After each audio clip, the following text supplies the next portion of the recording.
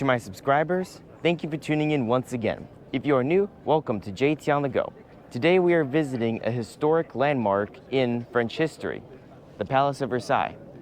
Fun fact, King Louis XIV built this place to not only accompany him, but all the rich people in France.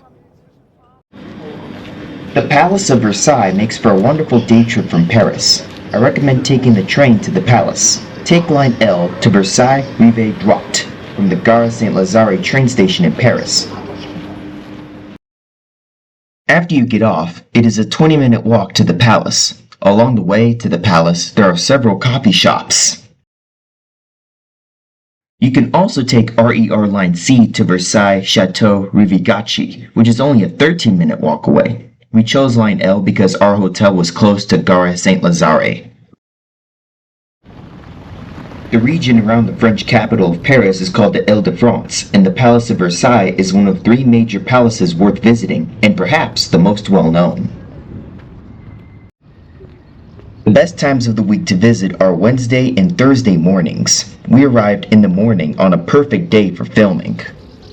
The Palace of Versailles is the grandest in Europe. Many other palaces were modeled after it, and while many tried to outdo it, all failed.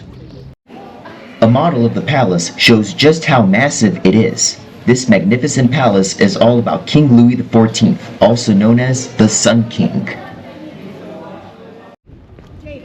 Visiting costs around 21 euros for a standard palace and gardens ticket. I highly recommend getting the Paris Museum Pass, which allows you to bypass the long lines. The price depends on how many days you plan to use it.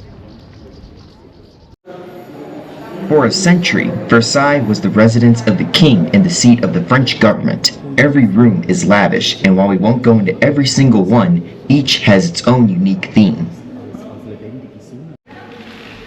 By 1700, Versailles had become the cultural heartbeat of Europe, while France itself was the continent's superpower. When Louis XIV was a boy, only the centerpiece of the palace was standing. Once he became king, the palace underwent a major expansion to become what you see today.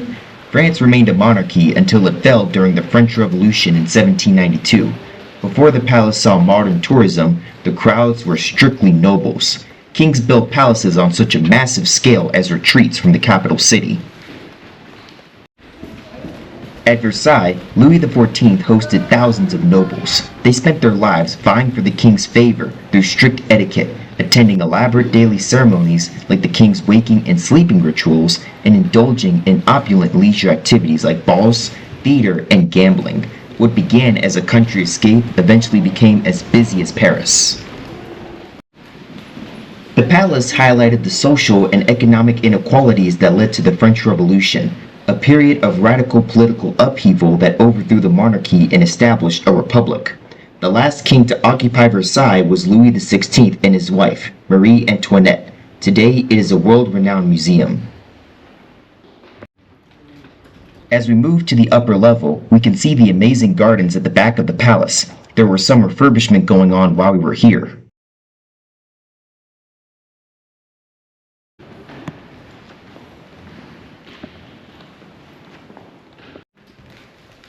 Historically, at the end of the Franco-Prussian War in 1871, the Prussian army marched into Versailles after defeating the French.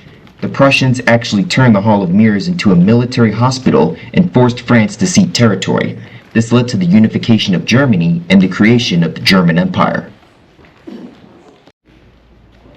Every room is filled with art and every inch is decorated. As you can see, each room has a different color scheme. We are now in Louis XIV's bedroom. A stroll through these halls is truly a walk through French history. Now we are in the Hall of Mirrors. At the end of World War I, the Paris Peace Conference was held right here. It was attended by representatives from the US, Britain, France, and Italy. Russia was not invited due to the Russian Revolution. The Treaty of Versailles got its name because it was signed in this very room. While US President Woodrow Wilson argued for less harsh measures in his 14 points, he was overruled by other leaders focused on reparations. Many believed the events in this room sowed the seeds for World War II. Moving on, we are in another bedroom where a famous feature is hidden. During the Revolution, King Louis XVI and Marie Antoinette tried to escape the palace through the hidden door in that corner.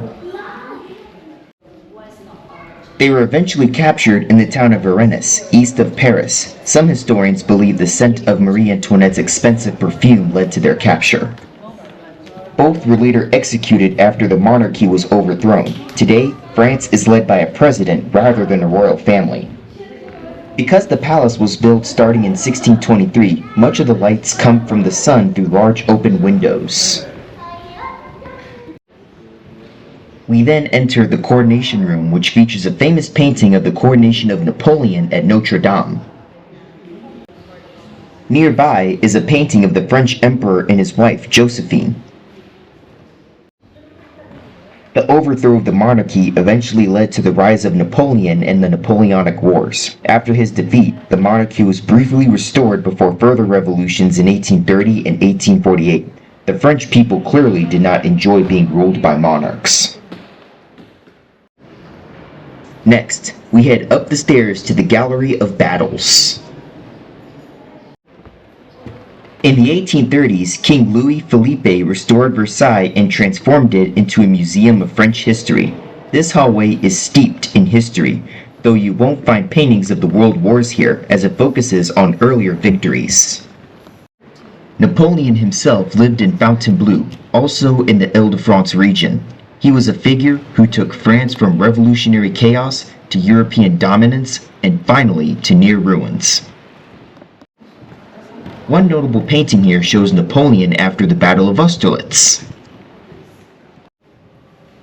As we finish the tour, we head back down to the first floor. If you need it, the palace has elevators and ramps making it accessible to all. Note that there are no bathrooms until you reach the very end of the tour route.